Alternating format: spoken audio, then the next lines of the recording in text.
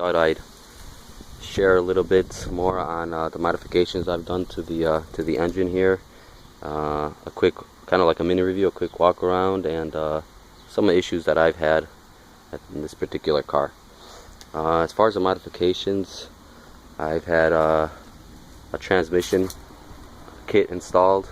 As you can see, a cold air intake, a smaller 3.4 pulley on it. I have the GMPP performance suspension. As you can see, the strut bar running across there, it's like a thicker strut bar than the OEM. I've had an aftermarket suspension as well. As far as the struts and the springs, I had the Vogelin springs and KYB struts, and I just recently swapped them out again because they're getting a little old, and I kind of want to go back to the OEM factory feel of the car. So I swapped out the fronts. I had the front one swapped, and I still have to do the rears. As you can see, these cars really suffer from like what they call like ass sag, and the car kind of sags a little bit. So I'm looking forward to swapping those struts and springs as well soon. I have some mufflers. Sorry about the shaky camera there. I have boiler mufflers and exhaust tips. I'll do a startup so you guys can see if you guys can hear it. Quick little walk around of the car. No major rust. Always taking care of it. I bought like a little 2-point paint touch-up, and I went around and I just covered all the little rust spots the car had. Try to keep that to a minimum, but no major rust spots. I've always washed it, polished it. I had a little fender bender. Someone hit me here. Had that repaired. No, nothing major. Didn't affect the engine at all. They did a decent job. Not that decent. As you can see, they didn't put the passenger door on very well. You can see the gap opening up at the bottom there, the seam. That's a good indication that anytime you guys are looking for a car, you guys got to check out the seams, make sure they're straight. As far as the maintenance, with these old cars, you definitely have to maintain the cars. You got to be preventative maintenance. Otherwise, these old cars will definitely fall apart if you let them sit, or if you don't drive them, or you just don't do preventative maintenance on the cars. So, like I said in the last video, I've tuned up the engine, consisting of the coolant flush. I cleaned out the AC condenser. I did the spark plugs, wires, oil change, changed the supercharger oil, cleaned the air filter. I had the brakes done, so the brakes are running good. I got new tires on the car. Like I said, I cleaned the mass airflow sensor, the throttle body, all the little sensors I could. Anything I can do that's quick and cheap just to keep the car up. I topped up all the fluids.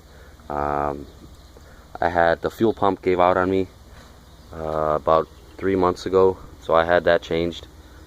They also replaced the fuel filter, which again, on old cars, these newer cars don't have fuel filters. A lot of them don't.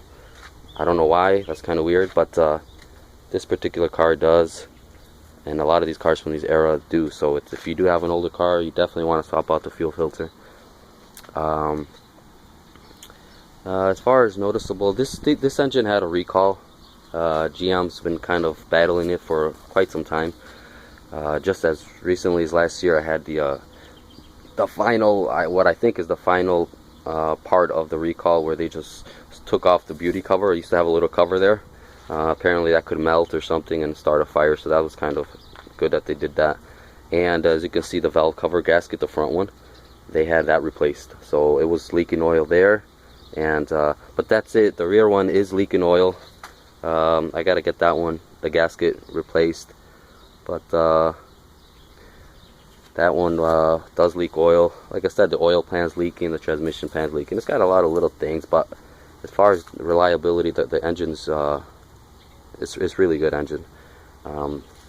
And this particular car, just to do a little quick review, when I was saying in the last video, as far as options, you'll be surprised on the options that it has, considering the age. This car retailed at approximately, I believe, like 30 grand when it first came out. And some of the options and features that it has are still pretty relevant today. For example, like I said, this is the GTP, so this one was fully loaded. It has the everything's power on the car, which is good and bad. You know, some of the things that, like the electrical components, do give out on any car eventually. But it does have the power sunroof, tilt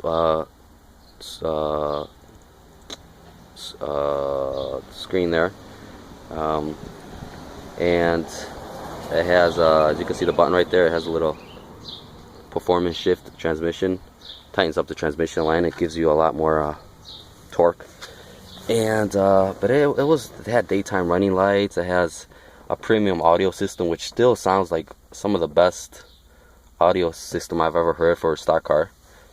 Has a heads-up display, a digital information center,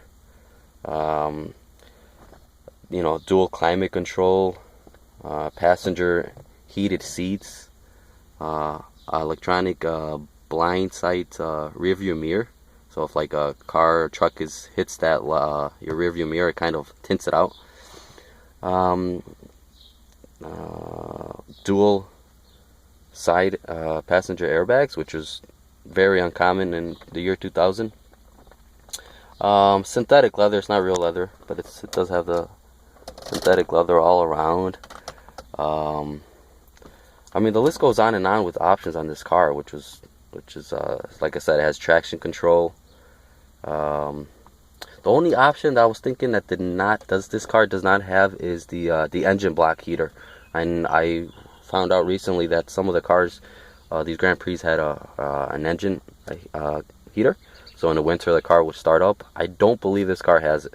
That's probably the only option that this car does not have for this particular model car. But again, I mean, the list of options goes on and on this car. It has you can see the steering wheel controls. Again, another rare things. If you consider put things in perspective for the year of the car, this car was fully loaded. Let's go ahead and do a quick startup. I've had as far as issues, like I said, the recall, I've had battling this EGR leak on one of the lines for several years. I bought like a little scanner, so the check engine light does turn on once in a while. I just turn it off. Yeah, one of the brake lines. This is stuff that you know, just happens, or just issues with the car. But like I said, a lot of electric issues with the lights going out and stuff like that. The car is acting funky, but you can see it idles really good. It says 122,000 miles on it, which is not a lot actually. I didn't drive the car for a long time, and so it actually has a lot, not that many miles for a car of this age. But it runs good. Still has a lot of power. Let's see if you can hear the exhaust.